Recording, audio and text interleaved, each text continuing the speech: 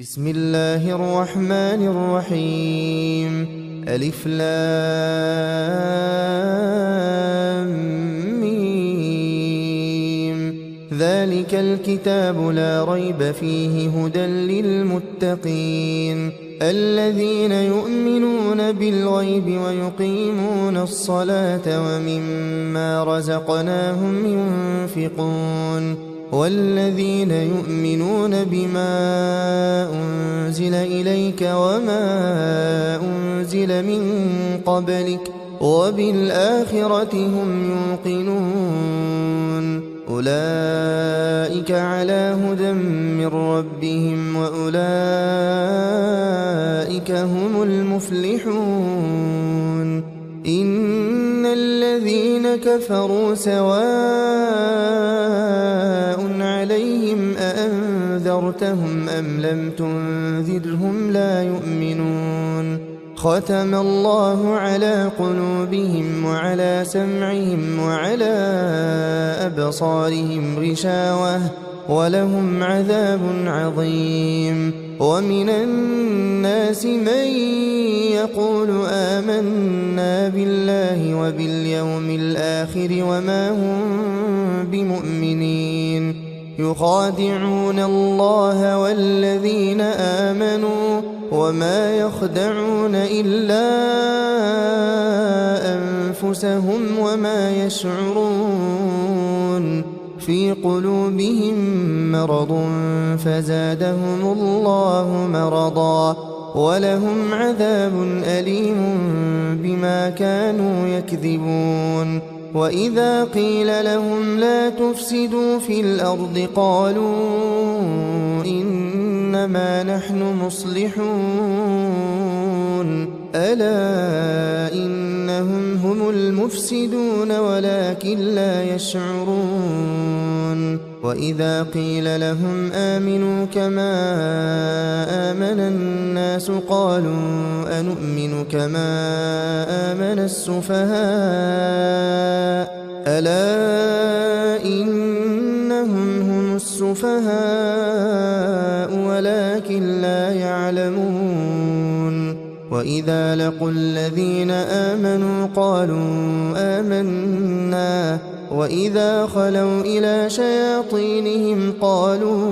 إنا معكم إنما نحن مستهزئون الله يستهزئ بهم ويمدهم في طغيانهم يعمهون. أولئك الذين اشتروا الضلالة بالهدى فما ربحت تجارتهم وما كانوا مهتدين.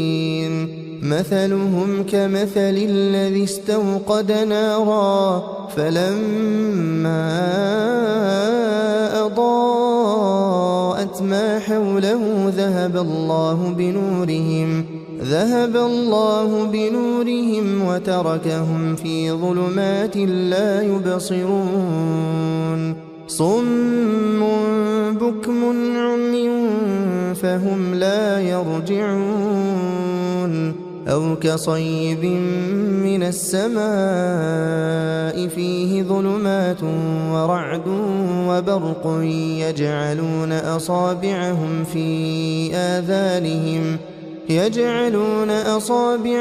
في آذانهم من الصواعق حذر الموت والله محيط بالكافرين. يكاد البرق يخطف أبصارهم كلما أضاء لهم مشوا فيه وإذا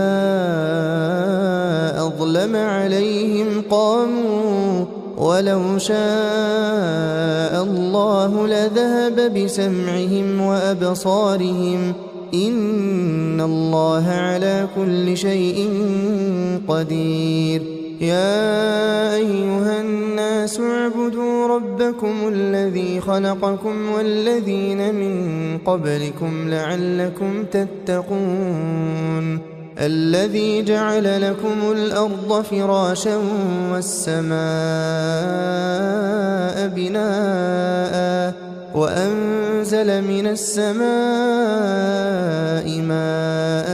فأخرج به من الثمرات رزقا لكم فلا تجعلوا لله أندادا وأنتم تعلمون وإن كنتم في ريب مما نزلنا على عبدنا فأتوا بسورة من مثله وادعوا شهداءكم من دون الله إن كنتم صادقين فإن لم تفعلوا ولن تفعلوا فاتقوا النار التي وقودها الناس والحجارة أعدت للكافرين وبشر الذين آمنوا وعملوا الصالحات أن لهم جنات تجري من تحتها الأنهار كلما رزقوا منها من ثمرة رزقا قالوا هذا الذي رزقنا من قبل وأتوا به متشابها ولهم فيها أزواج مطهرة وهم فيها خالدون إن الله لا يستحيي أن يضرب مثلا ما بعوضة فما فوقها فأما الذين آمنوا فيعلمون أنه الحق من ربهم وأما الذين كفروا فيقولون ماذا أراد الله بهذا مثلا يضل به كثيرا ويهدي به كثيرا وما يضل به إلا الفاسقين الذين ينقضون عهد الله من بعد ميثاقه ويقطعون ما أمر الله به أن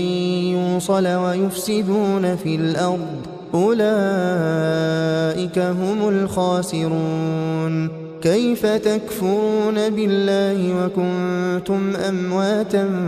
فأحياكم ثم يميتكم ثم يحييكم ثم إليه ترجعون هو الذي خلق لكم ما في الأرض جميعا ثم استوى إلى السماء فسواهن 7 سماوات وهو بكل شيء عليم وإذ قال ربك للملائكة إني جاعل في الأرض خليفة قالوا أتجعل فيها من يفسد فيها ويسفك الدماء ونحن نسبح بحمدك ونقدس لك قال إني أعلم ما لا تعلمون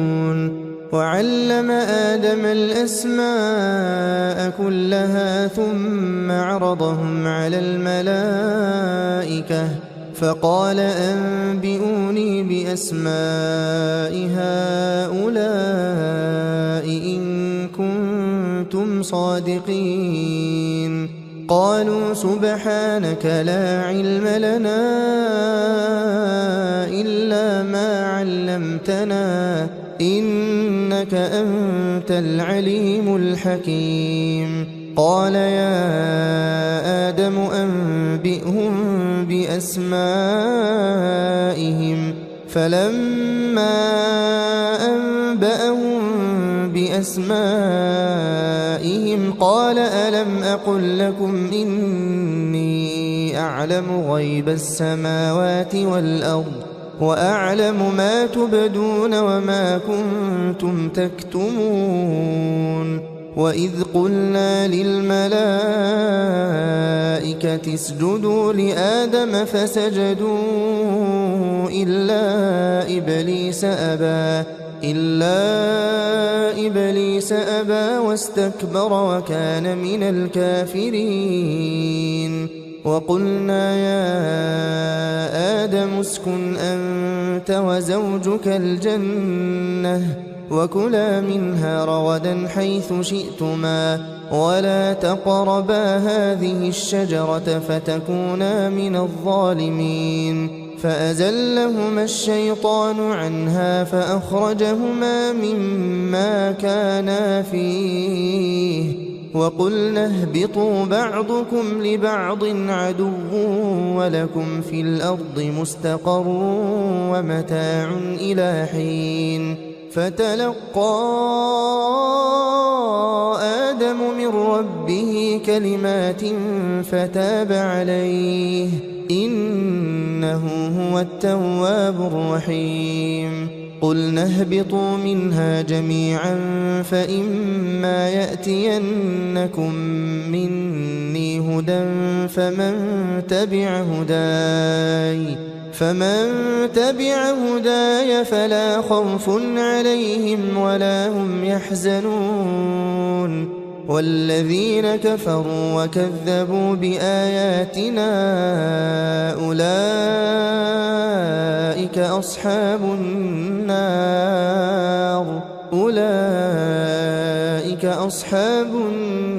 هم فيها خالدون يا بني إسرائيل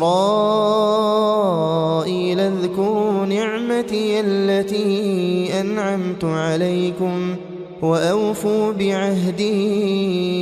أوف بعهدكم وإياي فارهبون وآمنوا بما أنزلت مصدقا لما معكم ولا تكونوا أول كافر به ولا تشتروا بآياتي ثمنا قليلا وإياي فاتقون ولا تلبسوا الحق بالباطل وتكتموا الحق وأنتم تعلمون وأقيموا الصلاة وآتوا الزكاة واركعوا مع الراكعين أتأمرون الناس بالبر وتنسون أنفسكم وأنتم تتلون الكتاب أفلا تعقلون واستعينوا بالصبر والصلاة وإنها لكبيرة إلا على الخاشعين الذين يظنون أنهم ملاقو ربهم وأنهم إليه راجعون يا بني إسرائيل اذكروا نعمتي التي أنعمت عليكم وأني فضلتكم على العالمين واتقوا يوما لا تجزي نفس عن نفس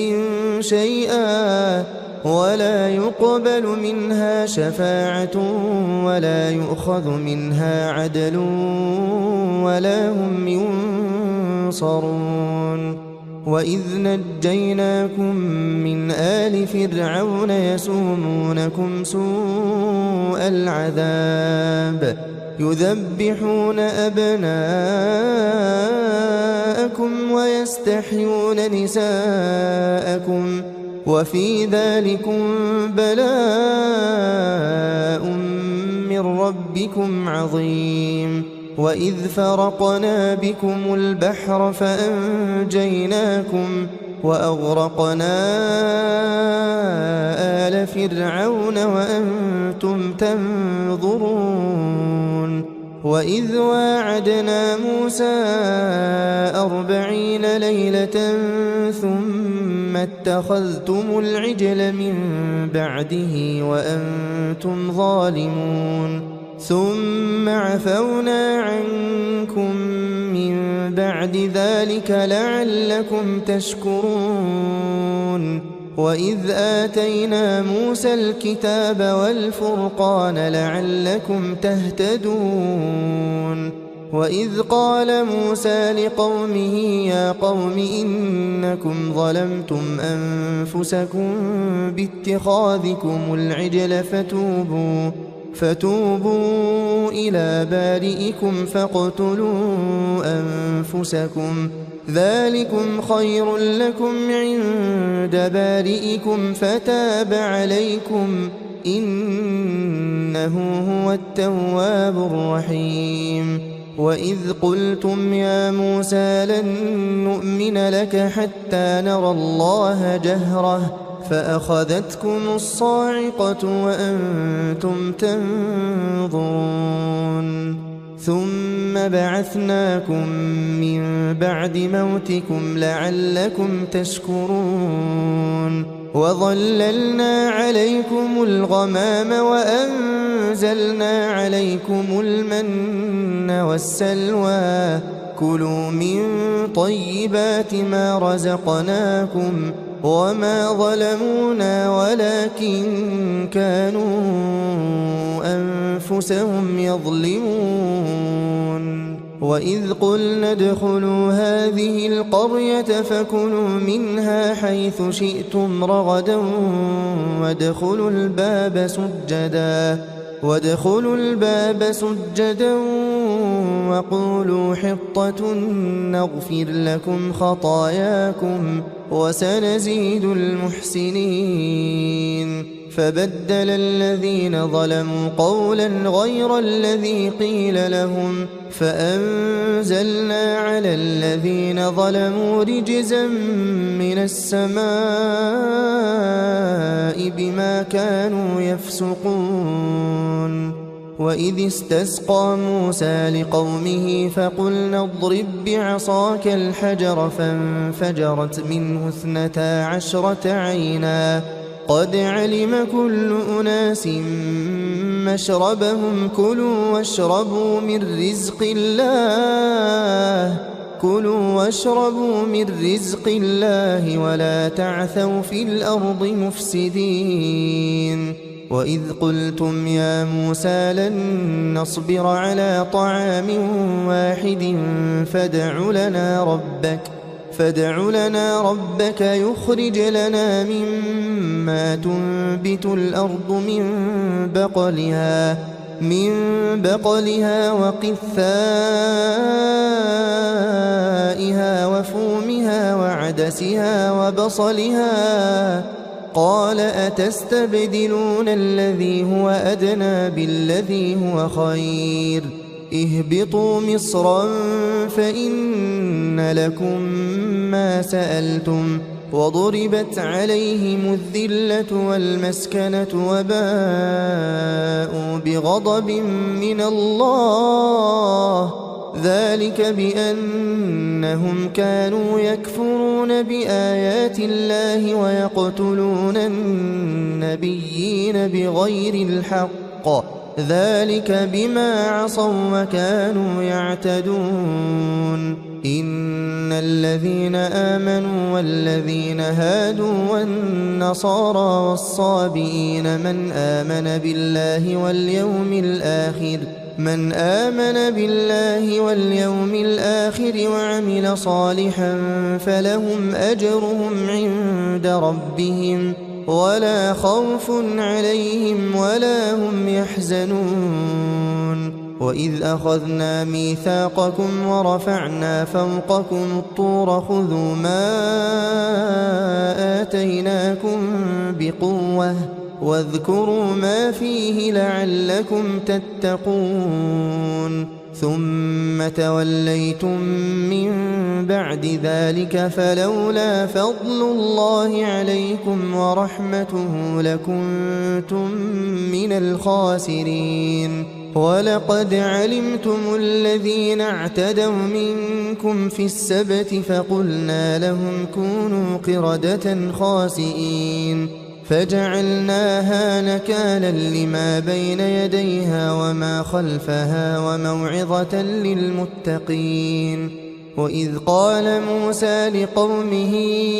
إن الله يأمركم أن تذبحوا بقرة قالوا أتتخذنا هزوا قال أعوذ بالله أن أكون من الجاهلين قالوا ادع لنا ربك يبين لنا ما هي قال إنه يقول إنها بقرة لا فارض ولا بكر عوان بين ذلك فافعلوا ما تؤمرون قالوا ادع لنا ربك يبين لنا ما لونها قال إنه يقول إنها بقرة صفراء فاقع لونها تسر الناظرين قالوا ادع لنا ربك يبين لنا ما هي إن البقرة شابه علينا وإنا إن شاء الله لمهتدون قال إنه يقول إنها بقرة لا ذلول تثير الأرض ولا تسقي الحرث مسلمة لا شية فيها قالوا الآن جئت بالحق فذبحوها وما كادوا يفعلون وإذ قتلتم نفسا فادارأتم فيها والله مخرج ما كنتم تكتمون فقلنا اضربوه ببعضها كذلك يحيي الله الموتى ويريكم آياته لعلكم تعقلون ثم قست قلوبكم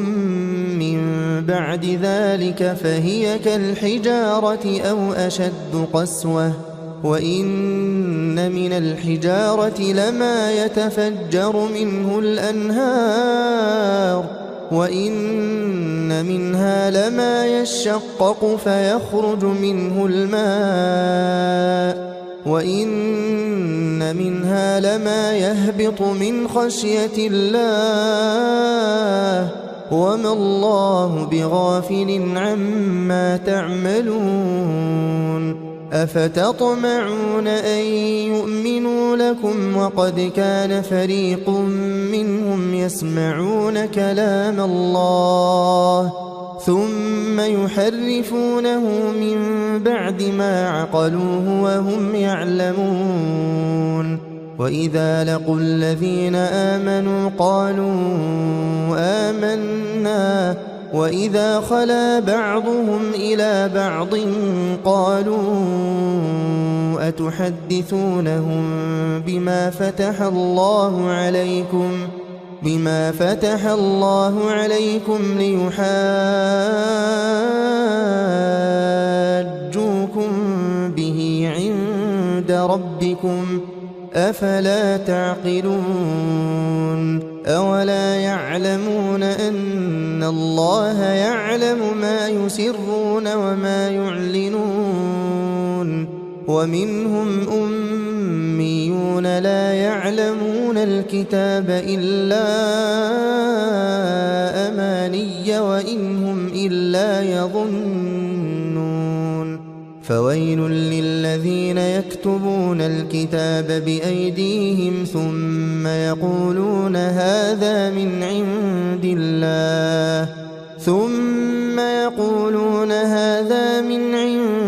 الله ليشتروا به ثمنا قليلا فويل لهم مما كتبت أيديهم وويل لهم مما يكسبون وقالوا لن تمسنا النار إلا أياما معدودة قل أتخذتم عند الله عهدا فلن يخلف الله عهده أم تقولون على الله ما لا تعلمون بلى من كسب سيئة وأحاطت به خطيئته فأولئك أصحاب النار هم فيها خالدون والذين آمنوا وعملوا الصالحات أولئك أصحاب الجنة هم فيها خالدون وإذ أخذنا ميثاق بني إسرائيل لا تعبدون إلا الله وبالوالدين إحسانا وذي القربى واليتامى والمساكين وقولوا للناس حسنا وأقيموا الصلاة وآتوا الزكاة ثم توليتم إلا قليلا منكم وأنتم معرضون وإذ أخذنا ميثاقكم لا تسفكون دماءكم ولا تخرجون أنفسكم من دياركم ثم أقررتم وأنتم تشهدون ثم أنتم هؤلاء تقتلون أنفسكم وتخرجون فريقا منكم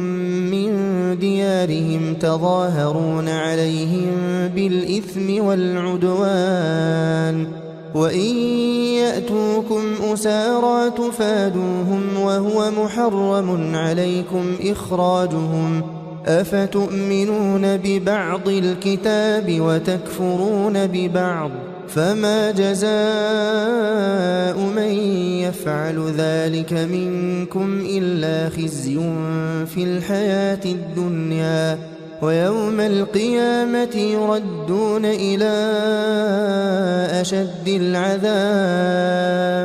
وما الله بغافل عما تعملون أولئك الذين اشتروا الحياة الدنيا بالآخرة فلا يخفف عنهم العذاب ولا هم ينصرون ولقد آتينا موسى الكتاب وقفينا من بعده بالرسل وآتينا عيسى ابن مريم البينات وأيدناه بروح القدس أفكلما جاءكم رسول بما لا تهوى أنفسكم استكبرتم ففريقا كذبتم وفريقا تقتلون وقالوا قلوبنا غلف بل لعنهم الله بكفرهم فقليلا ما يؤمنون ولما جاءهم كتاب من عند الله مصدق لما معهم وكانوا من قبل يستفتحون على الذين كفروا فلما جاءهم ما عرفوا كفروا به فلعنة الله على الكافرين بئس ما اشتروا به أنفسهم أن يكفروا بما أنزل الله بغيا أن ينزل الله من فضله على من يشاء من عباده فباءوا بغضب على غضب وللكافرين عذاب مهين وإذا قيل لهم آمنوا بما أنزل الله قالوا نؤمن بما أنزل علينا ويكفرون بما وراءه وهو الحق مصدقا لما معهم قل فلم تقتلون أنبياء الله من قبل إن كنتم مؤمنين ولقد جاءكم موسى بالبينات ثم اتخذتم العجل من بعده وأنتم ظالمون وإذ أخذنا ميثاقكم ورفعنا فوقكم الطور خذوا ما آتيناكم بقوة واسمعوا قالوا سمعنا وعصينا وأشربوا في قلوبهم العجل بكفرهم قل بئس ما يأمركم به إيمانكم إن كنتم مؤمنين قل إن كانت لكم الدار الآخرة عند الله خالصة من دون الناس فتمنوا الموت إن كنتم صادقين ولن يتمنوه أبدا بما قدمت أيديهم والله عليم بالظالمين ولتجدنهم أحرص الناس على حياة ومن الذين أشركوا يود أحدهم لو يعمر 1000 سنة وما هو بمزحزحه من العذاب أن يعمر والله بصير بما يعملون قل من كان عدوا لجبريل فإنه نزله على قلبك بإذن الله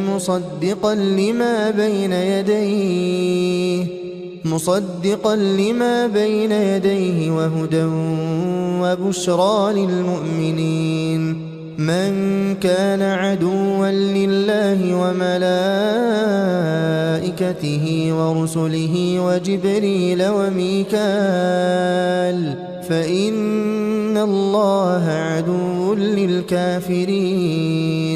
ولقد أنزلنا إليك آيات بينات وما يكفر بها إلا الفاسقون أوكلما عاهدوا عهدا نبذه فريق منهم بل أكثرهم لا يؤمنون ولما جاءهم رسول من عند الله مصدق لما معهم نبذ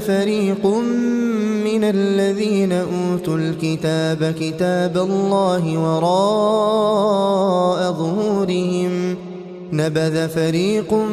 من الذين أوتوا الكتاب كتاب الله وراء ظهورهم كأنهم لا يعلمون واتبعوا ما تتلو الشياطين على ملك سليمان وما كفر سليمان ولكن الشياطين كفروا يعلمون الناس السحر وما أنزل على الملكين ببابل هاروت وماروت وما يعلمان من أحد حتى يقولا إنما نحن فتنة فلا تكفر فيتعلمون منهما ما يفرقون به بين المرء وزوجه وما هم بضارين به من أحد إلا بإذن الله ويتعلمون ما يضرهم ولا ينفعهم ولقد علموا لمن اشتراه ما له في الآخرة من خلاق ولبئس ما شروا به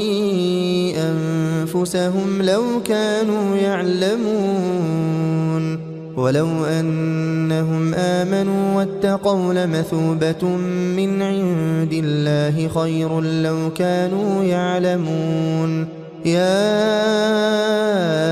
أيها الذين آمنوا لا تقولوا راعنا وقولوا انظرنا واسمعوا وللكافرين عذاب أليم ما يود الذين كفروا من أهل الكتاب ولا المشركين أن ينزل عليكم من خير من ربكم والله يختص برحمته من يشاء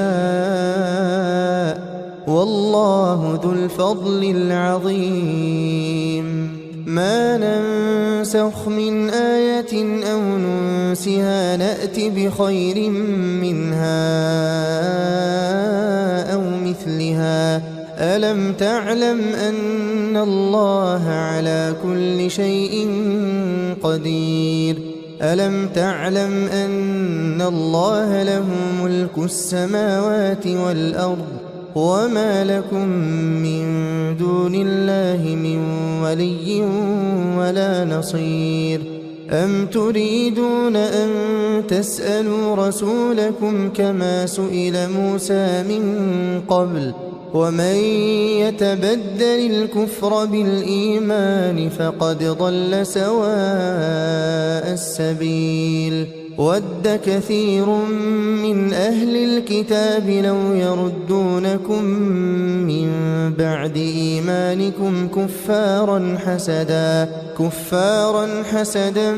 من عند أنفسهم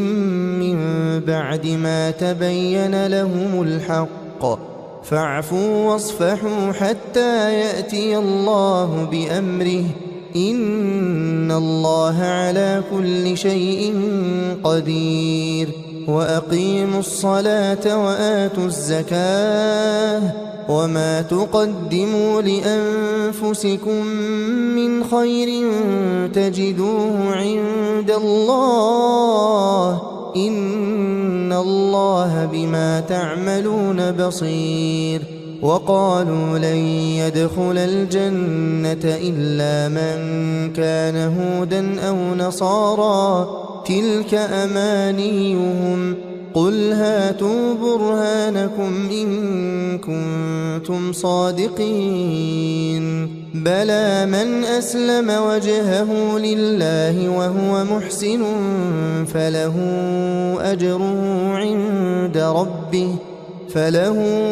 أجره عند ربه ولا خوف عليهم ولا هم يحزنون وقالت اليهود ليست النصارى على شيء وقالت النصارى ليست اليهود على شيء وهم يتلون الكتاب كذلك قال الذين لا يعلمون مثل قولهم فالله يحكم بينهم يوم القيامة فيما كانوا فيه يختلفون ومن أظلم ممن منع مساجد الله أن يذكر فيها اسمه وسعى في خرابها أولئك ما كان لهم أن يدخلوها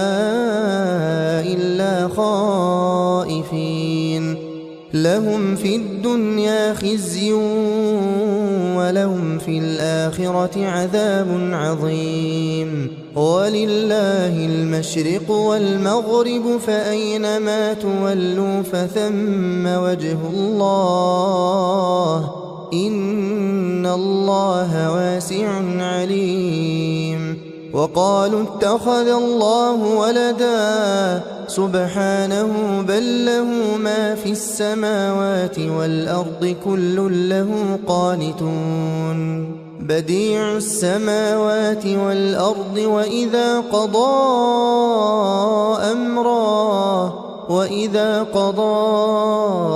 أمرا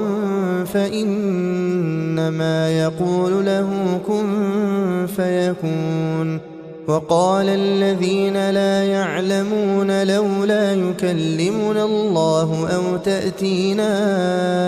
آية كذلك قال الذين من قبلهم مثل قولهم تشابهت قلوبهم قد بينا الآيات لقوم يوقنون إنا أرسلناك بالحق بشيرا ونذيرا ولا تسأل عن أصحاب الجحيم ولن ترضى عنك اليهود ولا النصارى حتى تتبع ملتهم قل إن هدى الله هو الهدى ولئن اتبعت أهواءهم بعد الذي جاءك من العلم ما لك من الله من ولي ولا نصير الذين آتيناهم الكتاب يتلونه حق تلاوته أولئك يؤمنون به ومن يكفر به فأولئك هم الخاسرون يا بني إسرائيل اذكروا نعمتي التي أنعمت عليكم وأني فضلتكم على العالمين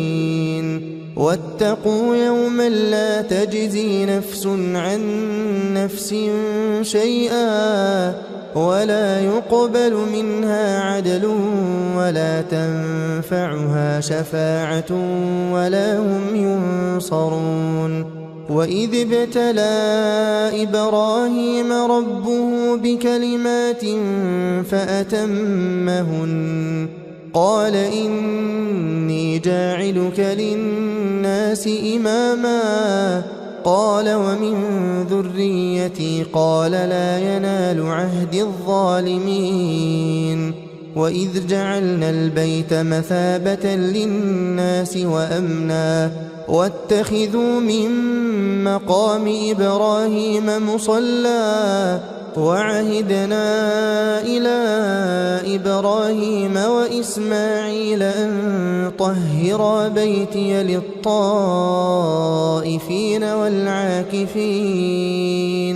للطائفين والعاكفين والركع السجود وإذ قال إبراهيم رب اجعل هذا بلدا آمنا وارزق أهله من الثمرات من آمن منهم بالله واليوم الآخر قال ومن كفر فأمتعه قليلا ثم أضطره إلى عذاب النار وبئس المصير وإذ يرفع إبراهيم القواعد من البيت وإسماعيل ربنا تقبل منا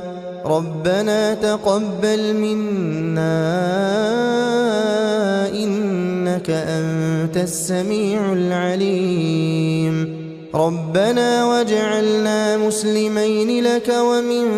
ذريتنا أمة مسلمة لك وأرنا مناسكنا وتب علينا إنك أنت التواب الرحيم ربنا وابعث فيهم رسولا منهم يتلو عليهم آياتك ويعلمهم الكتاب والحكمة ويزكيهم إنك أنت العزيز الحكيم ومن يرغب عن ملة إبراهيم إلا من سفه نفسه ولقد اصطفيناه في الدنيا وإنه في الآخرة لمن الصالحين إذ قال له ربه أسلم قال أسلمت لرب العالمين ووصى بها إبراهيم بنيه ويعقوب يا بني إن الله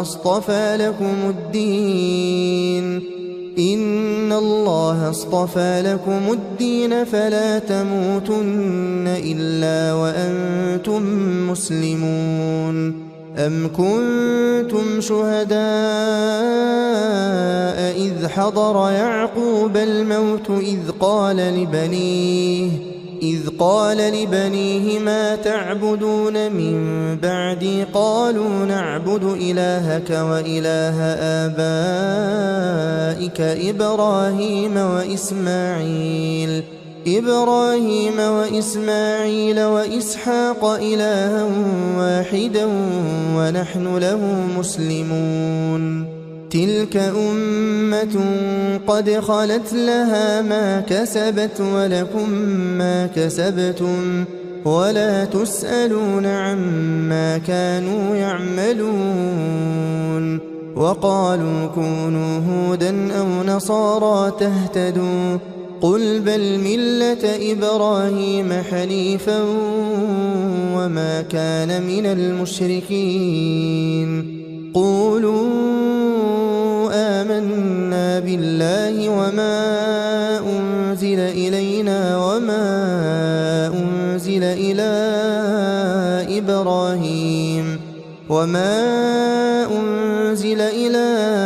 إبراهيم وإسماعيل وإسحاق ويعقوب والأسباط وما أوتي موسى وعيسى وما أوتي النبيون من ربهم لا نفرق بين أحد منهم ونحن له مسلمون فإن آمنوا بمثل ما آمنتم به فقد اهتدوا وإن تولوا فإنما هم في شقاق فسيكفيكهم الله وهو السميع العليم صبغة الله ومن أحسن من الله صبغة ونحن له عابدون قل أتحاجوننا في الله وهو ربنا وربكم ولنا أعمالنا ولكم أعمالكم ونحن له مخلصون أم تقولون إن إبراهيم وإسماعيل وإسحاق ويعقوب والأسباط كانوا هودا أو نصارى قل أأنتم أعلم أم الله ومن أظلم ممن كتم شهادة عنده من الله وما الله بغافل عما تعملون تلك أمة قد خلت لها ما كسبت ولكم ما كسبتم ولا تسألون عما كانوا يعملون سيقول السفهاء من الناس ما ولاهم عن قبلتهم التي كانوا عليها قل لله المشرق والمغرب يهدي من يشاء إلى صراط مستقيم وكذلك جعلناكم أمة وسطا لتكونوا شهداء على الناس ويكون الرسول عليكم شهيدا وما جعلنا القبلة التي كنت عليها إلا لنعلم من يتبع الرسول ممن ينقلب على عقبيه وإن كانت لكبيرة إلا على الذين هدى الله وما كان الله ليضيع إيمانكم إن الله بالناس لرؤوف رحيم قد نرى تقلب وجهك في السماء فلنولينك قبلة ترضاها فول وجهك شطر المسجد الحرام وحيث ما كنتم فولوا وجوهكم شطره وإن الذين أوتوا الكتاب ليعلمون أنه الحق من ربهم وما الله بغافل عما يعملون ولئن أتيت الذين أوتوا الكتاب بكل آية ما تبعوا قبلتك وما أنت بتابع قبلتهم وما بعضهم بتابع قبلة بعض ولئن اتبعت أهواءهم من بعد ما جاءك من العلم إنك إذا لمن الظالمين الذين آتيناهم الكتاب يعرفونه كما يعرفون أبناءهم وإن فريقا منهم ليكتمون الحق وهم يعلمون الحق من ربك فلا تكونن من الممترين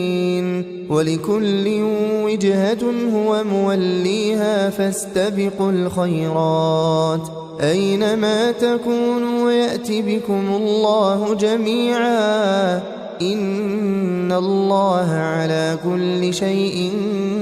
قدير ومن حيث خرجت فول وجهك شطر المسجد الحرام وإنه للحق من ربك وما الله بغافل عما تعملون ومن حيث خرجت فول وجهك شطر المسجد الحرام وحيث ما كنتم فولوا وجوهكم شطره لئلا يكون للناس عليكم حجة إلا الذين ظلموا منهم فلا تخشوهم واخشوني ولأتم نعمتي عليكم ولعلكم تهتدون كما أرسلنا فيكم رسولا منكم يتلو عليكم آياتنا ويزكيكم ويعلمكم الكتاب والحكمة ويعلمكم ما لم تكونوا تعلمون فاذكروني أذكركم واشكروا لي ولا تكفرون يا أيها الذين آمنوا استعينوا بالصبر والصلاة إن الله مع الصابرين ولا تقولوا لمن يقتل في سبيل الله أموات بل أحياء ولكن لا تشعرون ولنبلونكم بشيء من الخوف والجوع ونقص من الأموال والأنفس والثمرات وبشر الصابرين الذين إذا أصابتهم مصيبة قالوا إنا لله وإنا إليه راجعون أولئك عليهم صلوات من ربهم ورحمة وأولئك هم المهتدون إن الصفا والمروة من شعائر الله فمن حج البيت أو اعتمر فلا جناح عليه أن يطوف بهما ومن تطوع خيرا فإن الله شاكر عليم إن الذين يكتمون ما أنزلنا من البينات والهدى من بعد ما بيناه للناس في الكتاب أولئك يلعنهم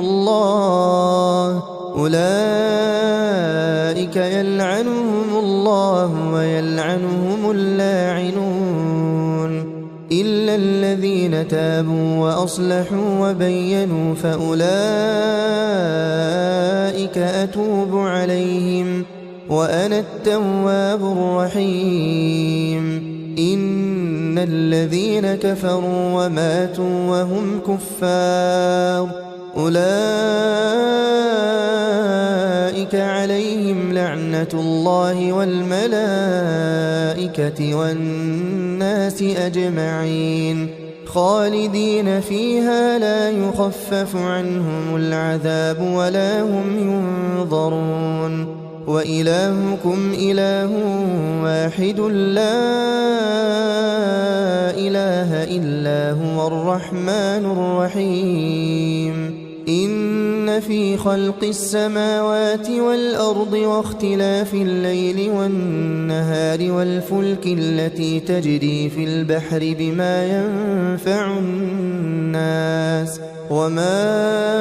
أنزل الله من السماء من ماء فأحيا به الأرض بعد موتها وبث فيها من كل دابة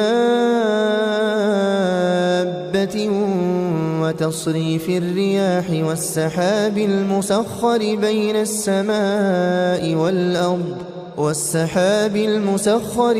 السماء والأرض لآيات لقوم يعقلون ومن الناس من يتخذ من دون الله أندادا يحبونهم كحب الله والذين آمنوا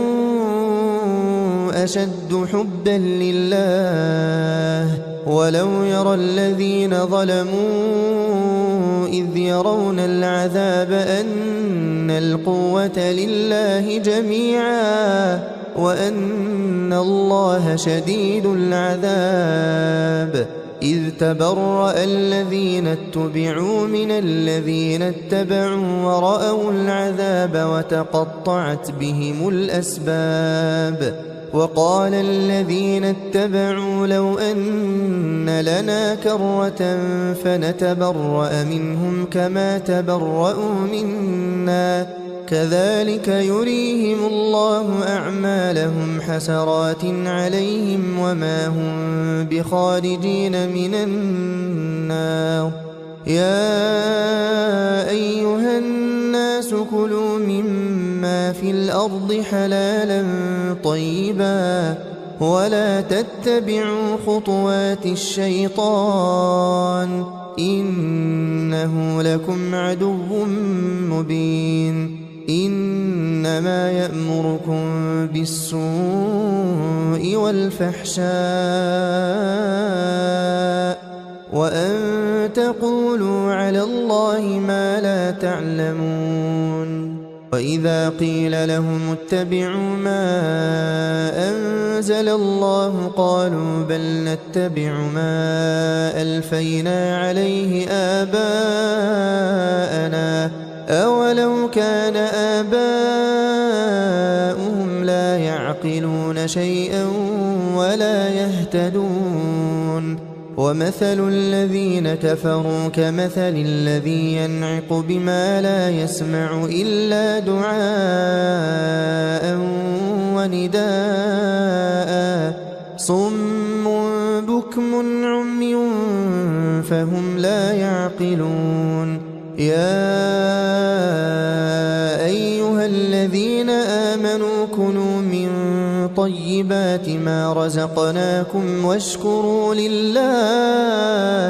واشكروا لله إن كنتم إياه تعبدون إنما حرم عليكم الميتة والدم ولحم الخنزير وما أهل به لغير الله فمن اضطر غير باغ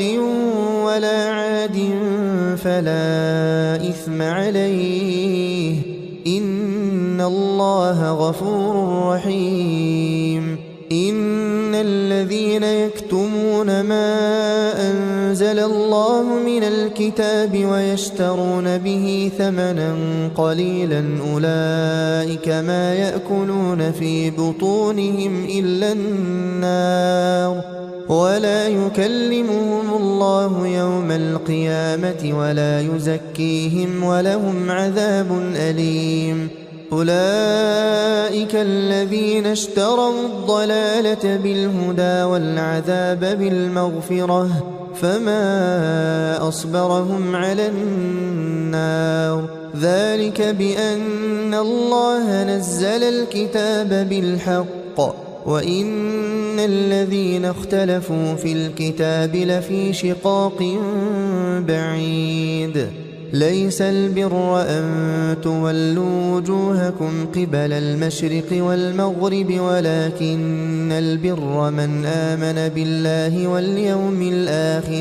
ولكن البر من آمن بالله واليوم الآخر والملائكة والكتاب والنبيين وآتى المال على حبه ذوي القربى واليتامى والمساكين وابن السبيل والسائلين وفي الرقاب وأقام الصلاة وآتى الزكاة والموفون بعهدهم إذا عاهدوا والصابرين في البأساء والضراء وحين البأس أولئك الذين صدقوا وأولئك هم المتقون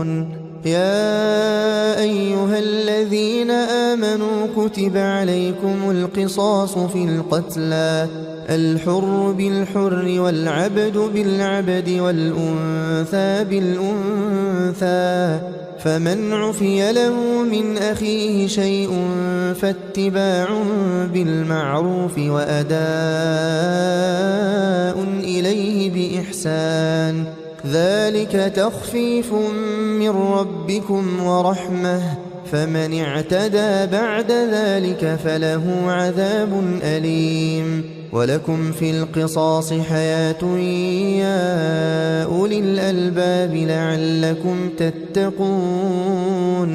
كتب عليكم إذا حضر أحدكم الموت إن ترك خيرا الوصية للوالدين والأقربين بالمعروف حقا على المتقين فمن بدله بعدما سمعه فإنما إثمه على الذين يبدلونه إن الله سميع عليم فمن خاف من موص جنفا أو إثما فأصلح بينهم فلا إثم عليه إن الله غفور رحيم يا أيها الذين آمنوا كتب عليكم الصيام كما كتب على الذين من قبلكم لعلكم تتقون أياما معدودات فمن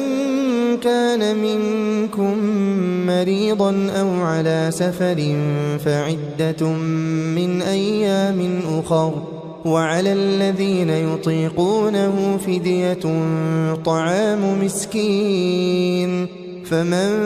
تطوع خيرا فهو خير له وأن تصوموا خير لكم إن كنتم تعلمون شهر رمضان الذي أنزل فيه القرآن هدى للناس وبينات من الهدى والفرقان فمن شهد منكم الشهر فليصمه ومن كان مريضا أو على سفر فعدة من أيام أخر يريد الله بكم اليسر ولا يريد بكم العسر ولتكملوا العدة ولتكبروا الله على ما هداكم ولعلكم تشكرون وإذا سألك عبادي عني فإني قريب أجيب دعوة الداع إذا دعان فليستجيبوا لي وليؤمنوا بي لعلهم يرشدون أحل لكم ليلة الصيام الرفث إلى نسائكم هن لباس لكم وأنتم لباس لهن علم الله أنكم كنتم تختانون أنفسكم فتاب عليكم وعفى عنكم فالآن باشروهن وابتغوا ما كتب الله لكم وكلوا واشربوا حتى يتبين لكم الخيط الأبيض من الخيط الأسود من الفجر ثم أتموا الصيام إلى الليل ولا تباشروهن وأنتم عاكفون في المساجد تلك حدود الله فلا تقربوها كذلك يبين الله آياته للناس لعلهم يتقون ولا تأكلوا أموالكم بينكم بالباطل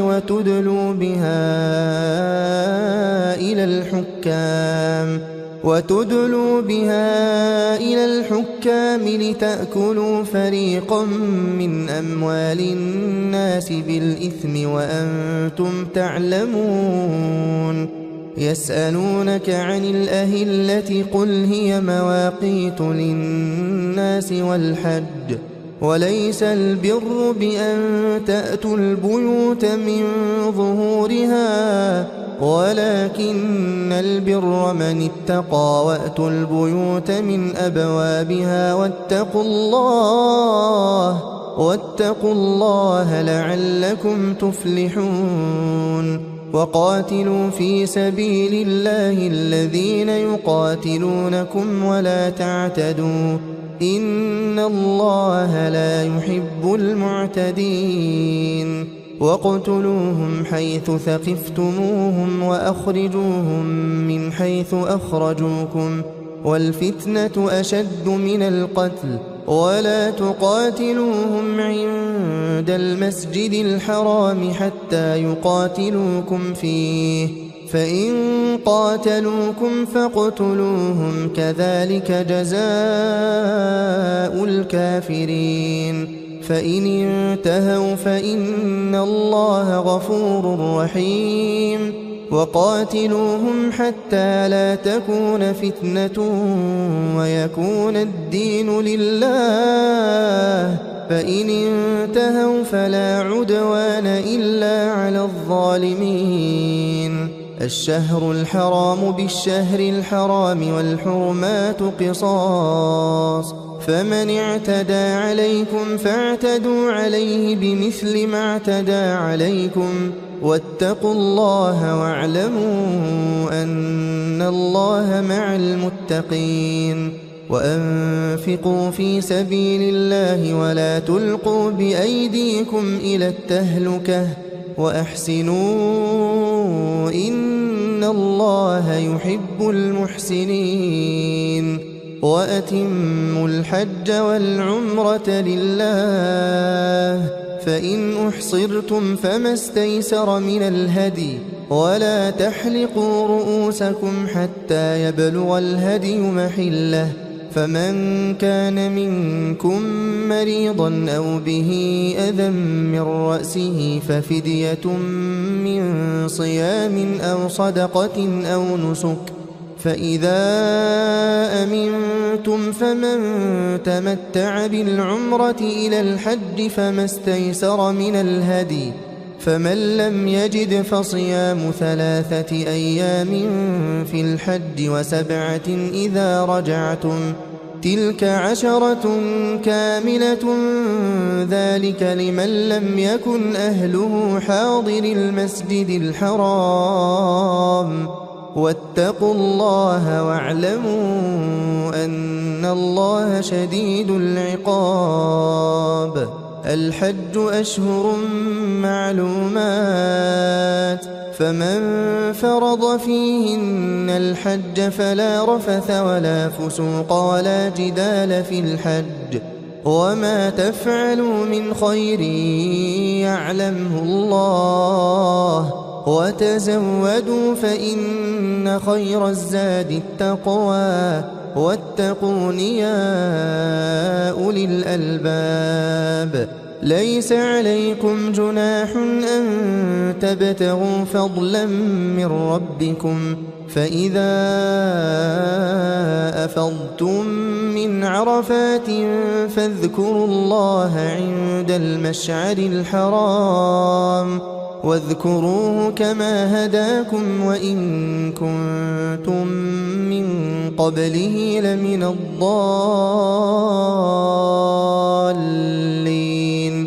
ثم أفيضوا من حيث أفاض الناس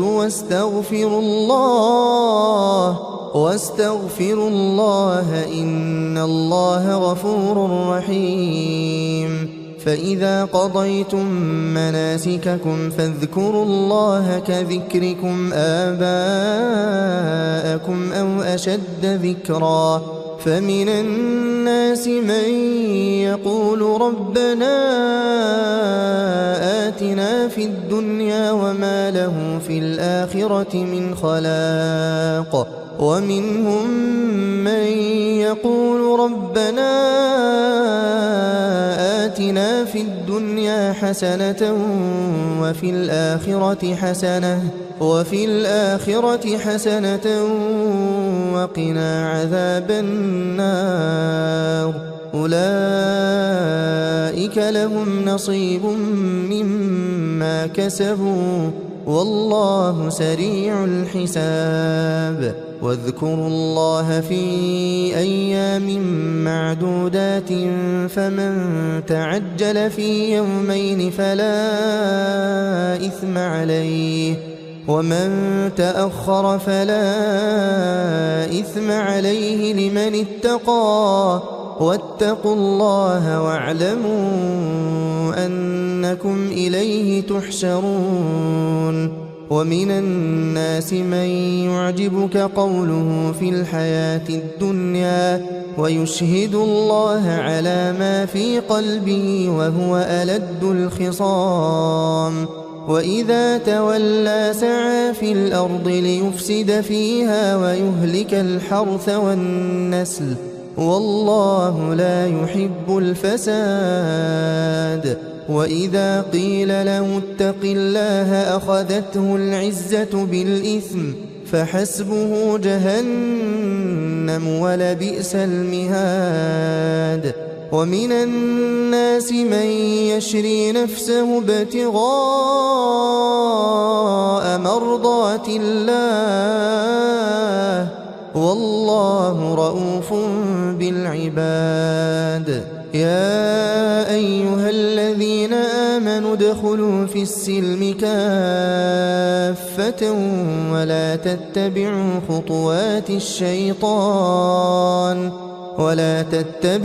خطوات الشيطان إنه لكم عدو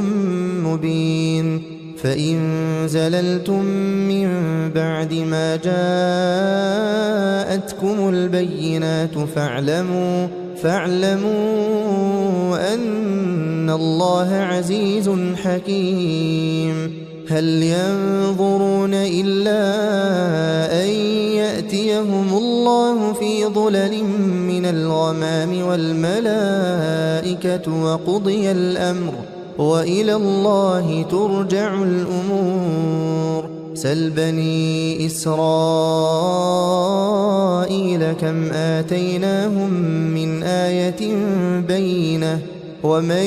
يبدل نعمة الله من بعد ما جاءته فإن الله شديد العقاب. زين للذين كفروا الحياة الدنيا ويسخرون من الذين آمنوا والذين اتقوا فوقهم يوم القيامة والله يرزق من يشاء بغير حساب. كان الناس أمة واحدة فبعث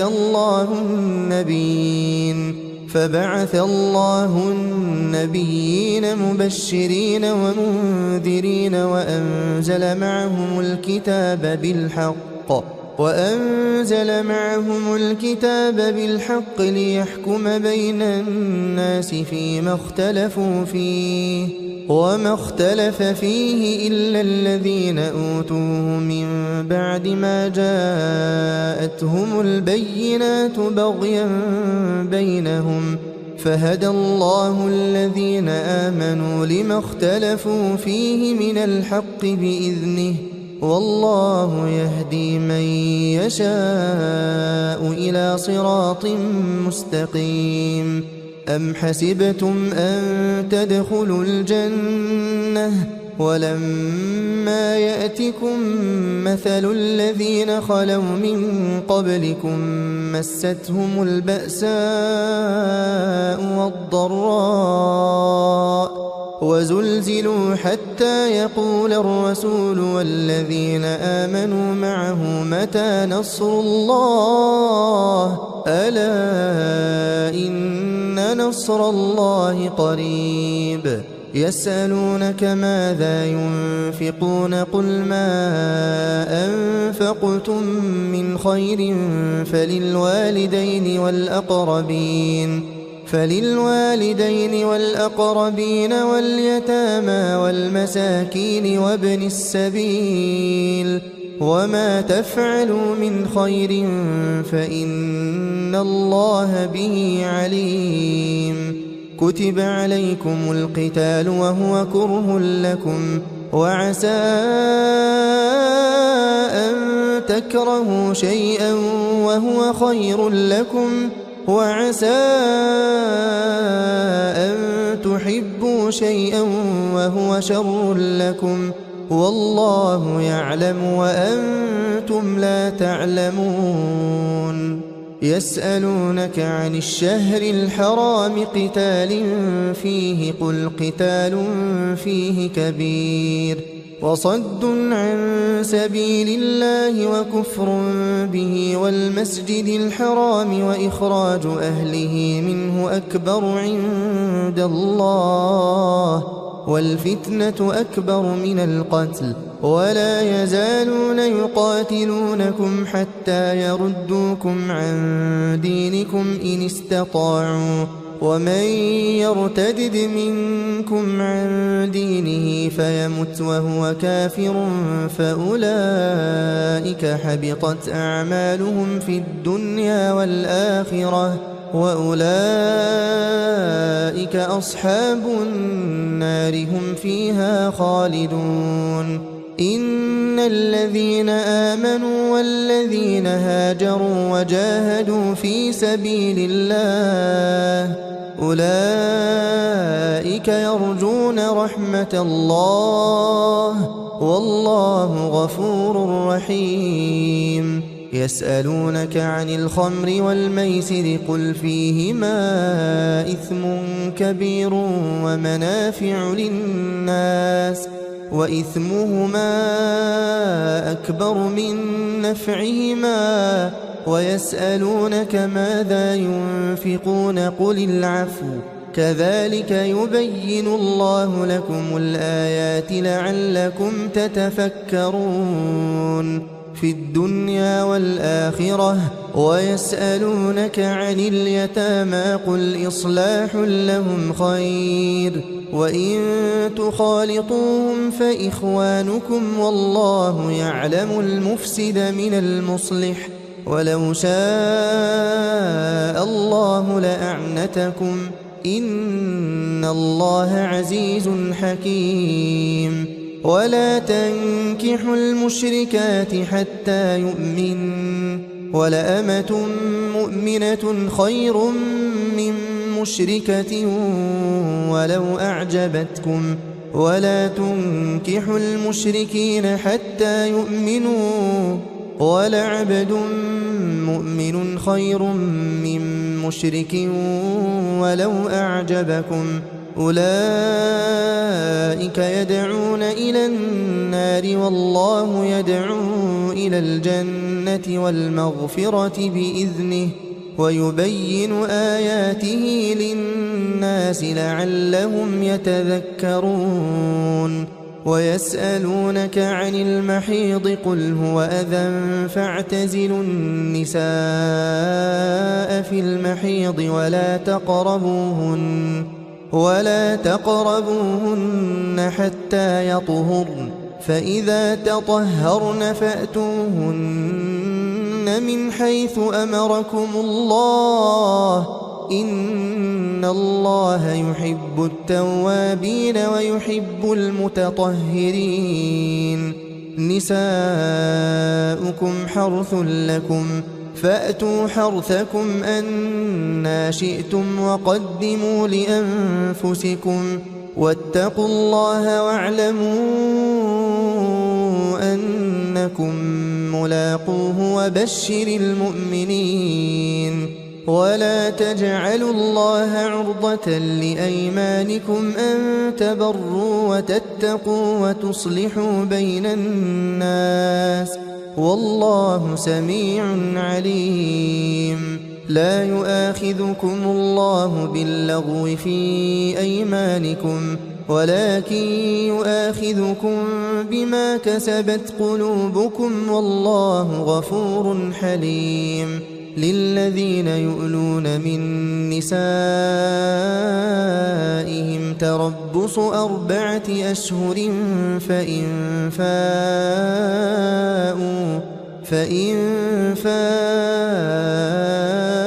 فإن الله غفور رحيم وإن عزموا الطلاق فإن الله سميع عليم والمطلقات يتربصن بأنفسهن 3 قروء ولا يحل لهن أن يكتمن ما خلق الله في أرحامهن إن كن يؤمن بالله واليوم الآخر وبعولتهن أحق بردهن في ذلك إن أرادوا إصلاحا ولهن مثل الذي عليهن بالمعروف وللرجال عليهن درجة والله عزيز حكيم الطلاق 2 مرتان فإمساك بمعروف أو تسريح بإحسان ولا يحل لكم أن تأخذوا مما آتيتموهن شيئا إلا أن يخافا ألا يقيما حدود الله فإن خفتم ألا يقيما حدود الله فلا جناح عليهما فيما افتدت به تلك حدود الله فلا تعتدوها ومن يتعد حدود الله فأولئك هم الظالمون فإن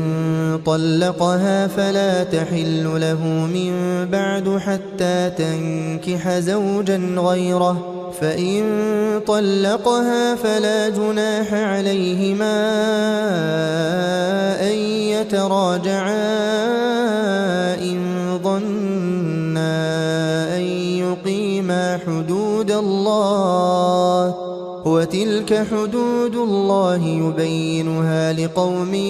يعلمون وإذا طلقتم النساء فبلغن أجلهن فأمسكوهن بمعروف أو سرحوهن بمعروف ولا تمسكوهن ضرارا لتعتدوا ومن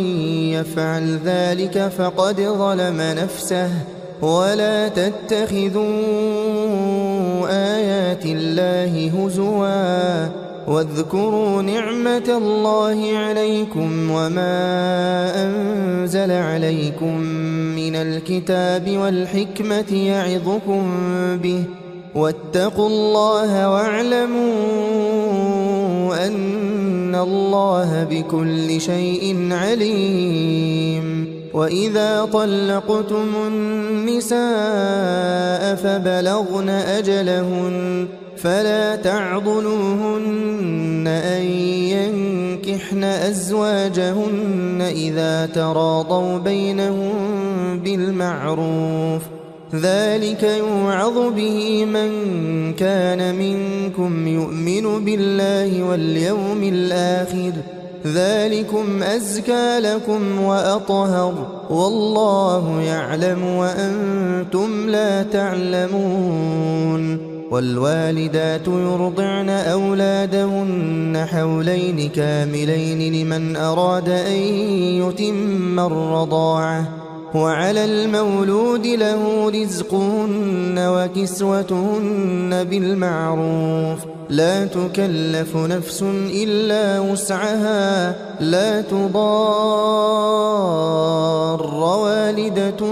بولدها ولا مولود له بولده وعلى الوارث مثل ذلك فإن أرادا فصالا عن تراض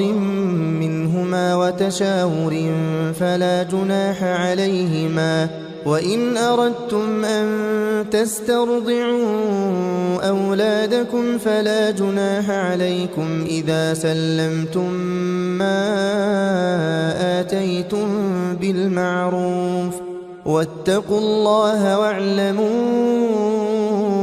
أن الله بما تعملون بصير والذين يتوفون منكم ويذرون أزواجا يتربصن بأنفسهن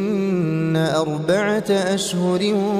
وعشرا فإذا بلغن أجلهن فلا جناح عليكم فيما فعلن في أنفسهن بالمعروف والله بما تعملون خبير ولا جناح عليكم فيما عرضتم به من خطبة النساء أو أكننتم في أنفسكم علم الله أنكم ستذكرونهن ولكن لا تواعدوهن سرا إلا أن تقولوا قولا معروفا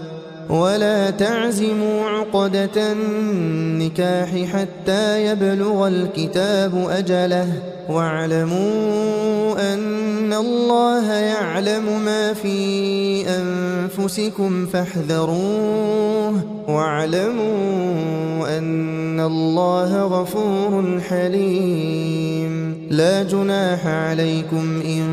طلقتم النساء ما لم تمسوهن أو تفرضوا لهن فريضة ومتعوهن على الموسع قدره وعلى المقتر قدره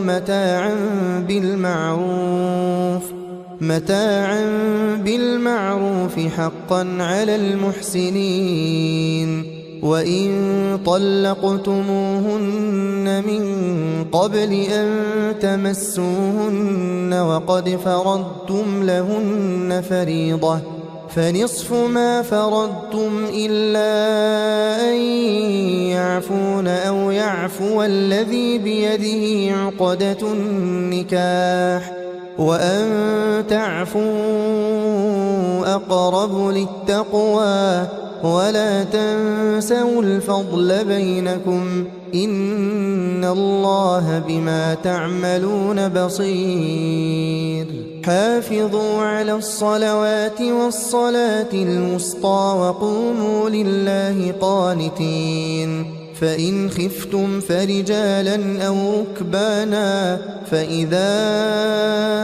أمنتم فاذكروا الله كما علمكم ما لم تكونوا تعلمون والذين يتوفون منكم ويذرون أزواجا وصية لأزواجهم متاعا إلى الحول غير إخراج فإن خرجن فلا جناح عليكم فيما فعلن في أنفسهن من معروف والله عزيز حكيم وللمطلقات متاع بالمعروف حقا على المتقين كذلك يبين الله لكم آياته لعلكم تعقلون ألم تر إلى الذين خرجوا من ديارهم وهم ألوف حذر الموت فقال لهم الله موتوا ثم أحياهم إن الله لذو فضل على الناس ولكن أكثر الناس لا يشكرون وقاتلوا في سبيل الله واعلموا أن الله سميع عليم من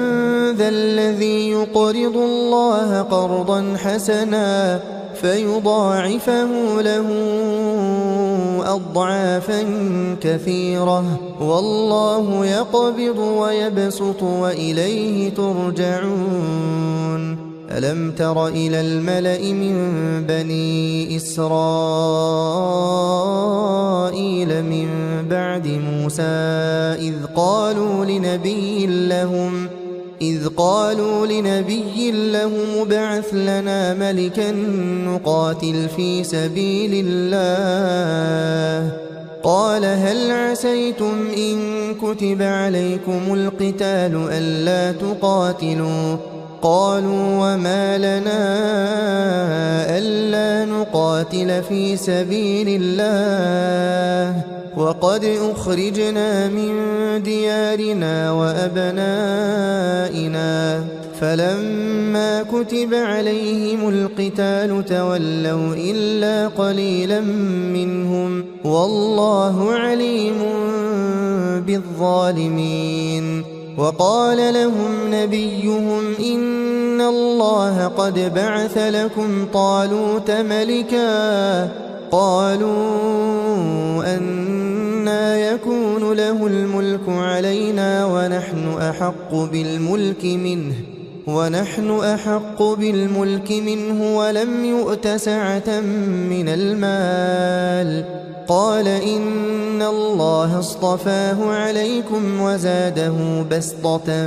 في العلم والجسم والله يؤتي ملكه من يشاء والله واسع عليم وقال لهم نبيهم إن آية ملكه أن يأتيكم التابوت فيه سكينة من ربكم وبقية مما ترك آل موسى وآل هارون تحمله الملائكة إن في ذلك لآية لكم إن كنتم مؤمنين فلما فصل طالوت بالجنود قال إن الله مبتليكم بنهر فمن شرب منه فليس مني ومن لم يطعمه فإنه مني إلا من اغترف غرفة بيده فشربوا منه إلا قليلا منهم فلما جاوزه هو والذين آمنوا معه قالوا لا طاقة لنا اليوم بجالوت وجنوده قال الذين يظنون أنهم ملاقو الله كم من فئة قليلة غلبت فئة كثيرة بإذن الله والله مع الصابرين ولما برزوا لجالوت وجنوده قالوا ربنا أفرغ علينا صبرا وثبت أقدامنا وانصرنا على القوم الكافرين فهزموهم بإذن الله وقتل داود جالوت وآتاه الله الملك والحكمة وعلمه مما يشاء ولولا دفع الله الناس بعضهم ببعض لفسدت الأرض ولكن الله ذو فضل على العالمين تلك آيات الله نتلوها عليك بالحق وإنك لمن المرسلين تلك الرسل فضلنا بعضهم على بعض منهم من كلم الله ورفع بعضهم درجات وآتينا عيسى ابن مريم البينات وأيدناه بروح القدس ولو شاء الله ما اقتتل الذين من بعدهم من بعد ما جاءتهم البينات ولكن اختلفوا فمنهم من آمن ومنهم من كفر ولو شاء الله ما اقتتلوا ولكن الله يفعل ما يريد يا أيها الذين آمنوا أنفقوا مما رزقناكم من قبل أن يأتي يوم لا بيع فيه ولا خلة ولا شفاعة والكافرون هم الظالمون الله لا إله إلا هو الحي القيوم لا تأخذه سنة ولا نوم له ما في السماوات وما في الأرض من ذا الذي يشفع عنده إلا بإذنه يعلم ما بين أيديهم وما خلفهم ولا يحيطون بشيء من علمه إلا بما شاء وسع كرسيه السماوات والأرض ولا يؤوده حفظهما وهو العلي العظيم لا إكراه في الدين قد تبين الرشد من الغي فمن يكفر بالطاغوت ويؤمن بالله فقد استمسك بالعروة الوثقى لا انفصام لها والله سميع عليم الله ولي الذين آمنوا يخرجهم من الظلمات إلى النور والذين كفروا أولياؤهم الطاغوت يخرجونهم من النور إلى الظلمات أولئك أصحاب النار هم فيها خالدون ألم تر إلى الذي حاج إبراهيم في ربه أن آتاه الله الملك إذ قال إبراهيم ربي الذي يحيي ويميت قال أنا أحيي وأميت قال إبراهيم فإن الله يأتي بالشمس من المشرق فأت بها من المغرب فبهت الذي كفر والله لا يهدي القوم الظالمين أو كالذي مر على قرية وهي خاوية على عروشها قال أنى يحيي هذه الله بعد موتها فأماته الله 100 عام ثم بعثه قال كم لبثت قال لبثت يوما أو بعض يوم قال بل لبثت 100 عام فانظر إلى طعامك وشرابك لم يتسنه وانظر إلى حمارك ولنجعلك آية للناس وانظر إلى العظام كيف ننشزها ثم نكسوها لحما فلما تبين له قال أعلم أن الله على كل شيء قدير وإذ قال إبراهيم رب أرني كيف تحيي الموتى قال أولم تؤمن قال بلى ولكن ليطمئن قلبي قال فخذ 4 من الطير فصرهن إليك ثم اجعل على كل جبل منهن جزءا ثم ادعهن يأتينك سعيا واعلم أن الله عزيز حكيم مثل الذين ينفقون أموالهم في سبيل الله كمثل حبة أنبتت 7 سنابل في كل سنبلة 100 حبة والله يضاعف لمن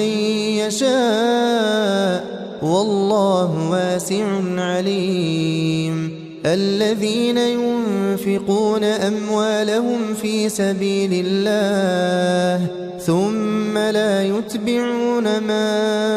أنفقوا منا ولا أذى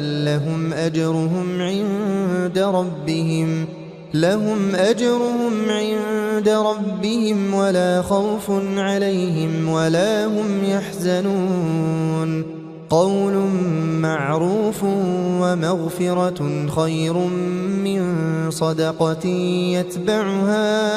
أذى والله غني حليم يا أيها الذين آمنوا لا تبطلوا صدقاتكم بالمن والأذى كالذي ينفق ماله رئاء الناس ولا يؤمن بالله واليوم الآخر فمثله كمثل صفوان عليه تراب فأصابه وابل فتركه صلدا لا يقدرون على شيء مما كسبوا والله لا يهدي القوم الكافرين ومثل الذين ينفقون أموالهم ابتغاء مرضات الله وتثبيتا من أنفسهم كمثل جنة بربوة أصابها وابل فآتت أكلها ضعفين فإن لم يصبها وابل فطل والله بما تعملون بصير أيود أحدكم أن تكون له جنة من نخيل وأعناب تجري من تحتها الأنهار له فيها من كل الثمرات وأصابه الكبر وله ذرية ضعفاء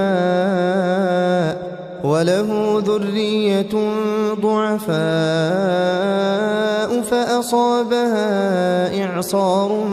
فيه نار فاحترقت كذلك يبين الله لكم الآيات لعلكم تتفكرون يا أيها الذين آمنوا أنفقوا من طيبات ما كسبتم ومما أخرجنا لكم من الأرض ولا تيمموا الخبيث منه تنفقون ولستم بآخذيه إلا أن تغمضوا فيه واعلموا أن الله غني حميد الشيطان يعدكم الفقر ويأمركم بالفحشاء والله يعدكم مغفرة منه وفضلا والله واسع عليم يؤتي الحكمة من يشاء ومن يؤت الحكمة فقد أوتي خيرا كثيرا وما يذكر إلا أولو الألباب وما أنفقتم من نفقة أو نذرتم من نذر فإن الله يعلمه وما للظالمين من أنصار إن تبدوا الصدقات فنعما هي وإن تخفوها وتؤتوها الفقراء فهو خير لكم ويكفر عنكم من سيئاتكم والله بما تعملون خبير ليس عليك هداهم ولكن الله يهدي من يشاء وما تنفقوا من خير فلأنفسكم وما تنفقون إلا ابتغاء وجه الله وما تنفقوا من خير يوفى إليكم وأنتم لا تظلمون للفقراء الذين أحصروا في سبيل الله لا يستطيعون ضربا في الأرض يحسبهم الجاهل أغنياء من التعفف تعرفهم بسيماهم لا يسألون الناس إلحافا وما تنفقوا من خير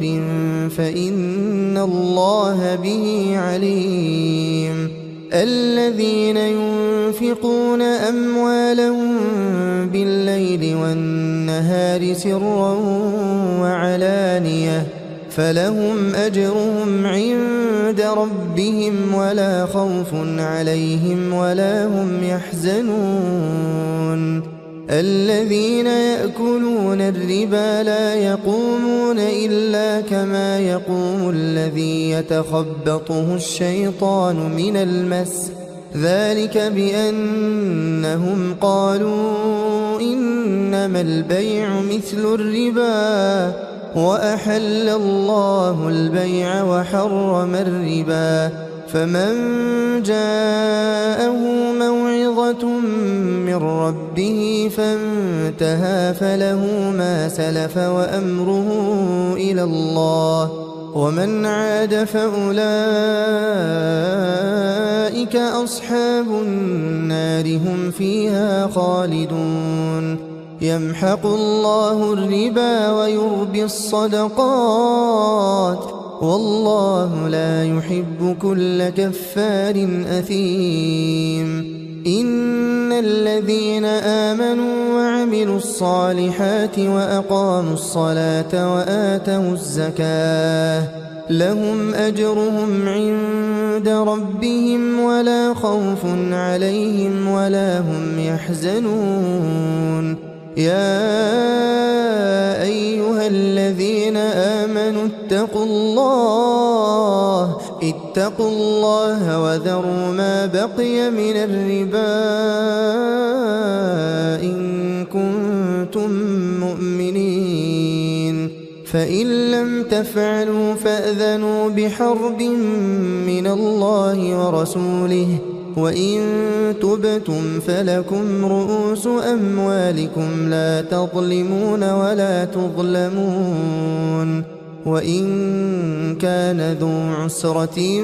فنظرة إلى ميسرة وأن تصدقوا خير لكم إن كنتم تعلمون واتقوا يوما ترجعون فيه إلى الله ثم توفى كل نفس ما كسبت وهم لا يظلمون يا أيها الذين آمنوا إذا تداينتم بدين إلى أجل مسمى فاكتبوه وليكتب بينكم كاتب بالعدل ولا يأب كاتب أن يكتب كما علمه الله فليكتب وليملل الذي عليه الحق وليتق الله ربه ولا يبخس منه شيئا، فإن كان الذي عليه الحق سفيها أو ضعيفا أو لا يستطيع أن يمل هو فليملل وليه بالعدل، واستشهدوا شهيدين من رجالكم فإن لم يكونا رجلين فرجل وامرأتان ممن ترضون من الشهداء أن تضل إحداهما فتذكر إحداهما الأخرى، ولا يأبى الشهداء إذا ما دعوا، ولا تسأموا أن تكتبوه صغيرا أو كبيرا إلى أجله، ذلكم أقسط عند الله وأقوم للشهادة وأدنى ألا ترتابوا، إلا أن تكون تجارة حاضرة تديرونها بينكم فليس عليكم جناح ألا تكتبوها، وأشهدوا إذا تبايعتم، ولا يضار كاتب ولا شهيد، وإن تفعلوا فإنه فسوق بكم، واتقوا الله ويعلمكم الله والله بكل شيء عليم. وإن كنتم على سفر ولم تجدوا كاتبا فرهان مقبوضة، فإن أمن بعضكم بعضا فليؤدي الذي اؤتمن أمانته وليتق الله ربه ولا تكتموا الشهادة، ومن يكتمها فإنه آثم قلبه والله بما تعملون عليم. لله ما في السماوات وما في الأرض، وإن تبدوا ما في أنفسكم أو تخفوه يحاسبكم به الله فيغفر لمن يشاء ويعذب من يشاء، والله على كل شيء قدير. آمن الرسول بما أنزل إليه من ربه والمؤمنون كل آمن بالله وملائكته وكتبه ورسله لا نفرق بين أحد من رسله وقالوا سمعنا وأطعنا غفرانك ربنا وإليك المصير. لا يكلف الله نفسا إلا وسعها، لها ما كسبت وعليها ما اكتسبت. ربنا لا تؤاخذنا إن نسينا أو أخطأنا، ربنا ولا تحمل علينا